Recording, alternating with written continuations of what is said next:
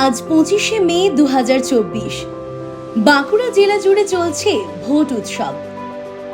বাঁকুড়া জেলা নির্বাচনী আধিকারিকের বিশেষ উদ্যোগে এই লোকসভা নির্বাচনে বিষ্ণুপুর লোকসভার বিষ্ণুপুর হাই স্কুলের মোট 4টি বুথকে মডেল বুথ হিসেবে বেছে নেওয়া হয়েছে।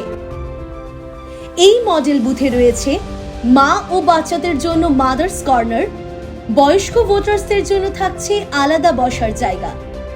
আমি 52 বছর বিষ্ণুপুরে আছি, এত সুন্দর সাজানো দেখিনি।